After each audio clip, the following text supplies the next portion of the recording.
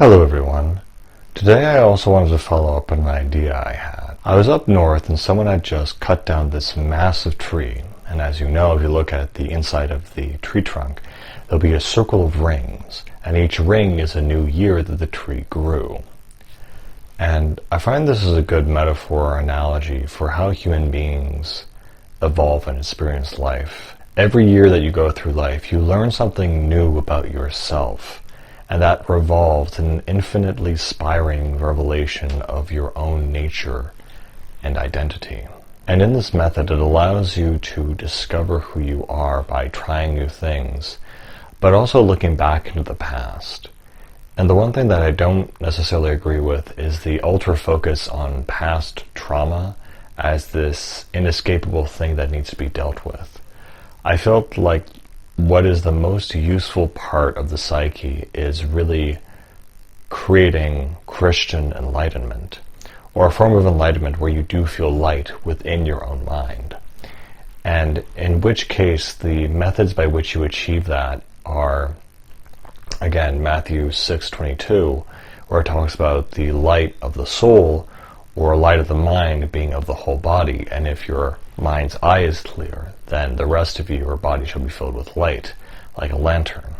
And so it's not just one thing to clean out the bad or negative or dark thoughts in your mind, but then also to fill it with light in itself, like a revolving engine, or like the growth of a tree. With every new year, new experiences, new emotions, new things are added to the self, and even though it's one thing, it's constantly spiraling in a certain direction that you have to choose. I would say the most powerful tool that I've seen is the symbology of the pen, because the pen allows us to write our own stories and rewrite our past experiences or past traumas as learning experiences or part of the overall story of our nature.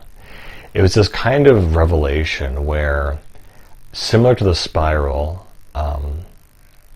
there's the parable about the mustard seed and how it'll grow and grow and grow.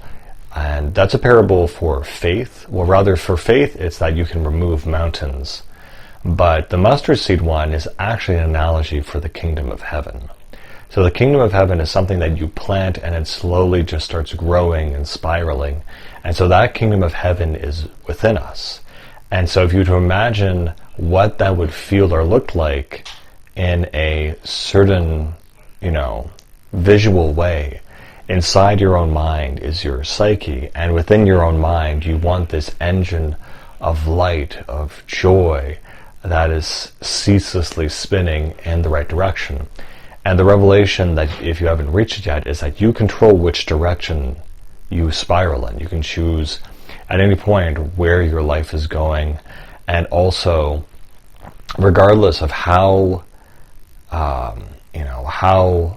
deficient you are in the quality you have.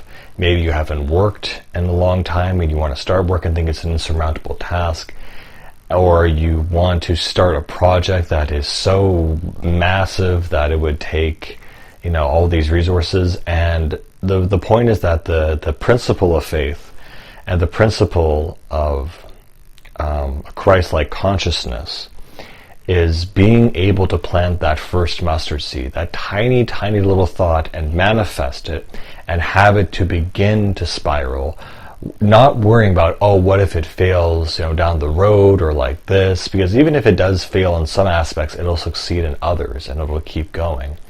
And it's this momentum-based force that starts with the thoughts in your mind.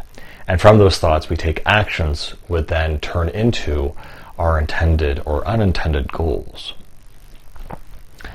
And that's more or less what I wanted to share with you today. That's more or less it. Again, have a blessed day. Take care.